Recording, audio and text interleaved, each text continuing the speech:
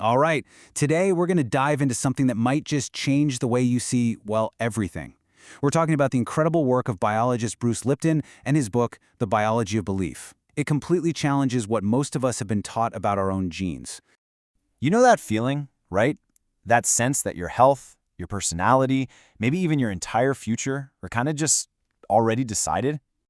Yeah, it's a super common feeling. This idea that we're basically victims of our own heredity. I mean, if it's in your genes, what can you really do about it, right? It's a powerful story we tell ourselves, but what if it's not the whole story? Now this is the idea that changes everything. The possibility that you have way more control over your own biological story than you ever imagined. So let's unpack how that could even be possible. So the first big idea we have to wrap our heads around is this: our genes are not our destiny. This is a massive shift away from the old, kind of depressing way of thinking about genetics. And this slide just lays it out perfectly. The old view, genetic determinism, pretty much said we're locked into whatever our DNA blueprint says. But the new view, the one Lipton is all about, is epigenetic control. And that completely flips the script. It suggests that we are the ones in the driver's seat. Okay, so you're probably thinking, how on earth is that even possible? How can we control our genes? Well, the science behind this is this amazing field called epigenetics. Let's break down what that actually means. Simply put, epigenetics looks at how signals from your environment, and yeah, you heard that right, even from your own thoughts, can work like a control panel for your genes. These signals can literally flip gene switchers on or off, all without changing the underlying DNA one bit. To really get this, Lipton uses this brilliant analogy. So picture this: your DNA is like a huge, massive library, and every single book on every shelf holds the instructions for everything your body could possibly do. So who decides which of those millions of books gets pulled off the shelf and actually read? Well, that's epigenetics. It is the librarian. And what tells the librarian what to do? Your experiences, your environment, and your perceptions of them. They're the ones telling the librarian which genetic blueprints to use. But that brings up a really important question, doesn't it? If this librarian is listening to our experiences, how do our cells actually hear those signals? How do they know which books to read? And this, right here, is the absolute heart of Lipton's entire argument. It's not what's actually happening that matters most to your cells, it's your perception of what's happening. Our beliefs are like a filter between us and the world, and it's that filtered message that our cells are responding to. So Lipton says our cells basically have two primary modes. When we perceive things like safety, love, and support, our cells go into growth mode. This is when they thrive, repair themselves, and flourish.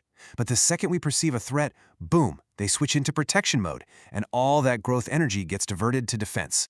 And this is just a perfect way to picture the problem with so much of modern life.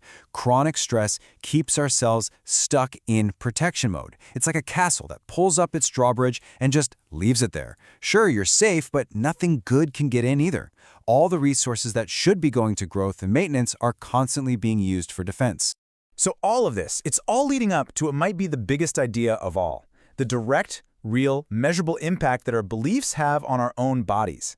They are essentially our biological software. Here's another amazing way to think about this. Your DNA is the computer hardware. It's the physical blueprint you got at birth, kind of like the read-only memory on a computer chip. It's there, and it's not really going to change.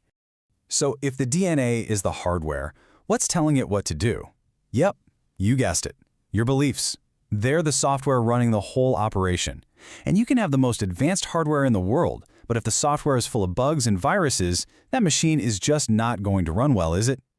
So where does this software even come from? Well, a huge chunk of it gets downloaded when we're really young.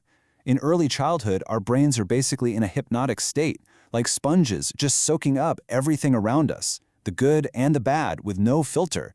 And those early experiences create the subconscious beliefs that run our lives as adults.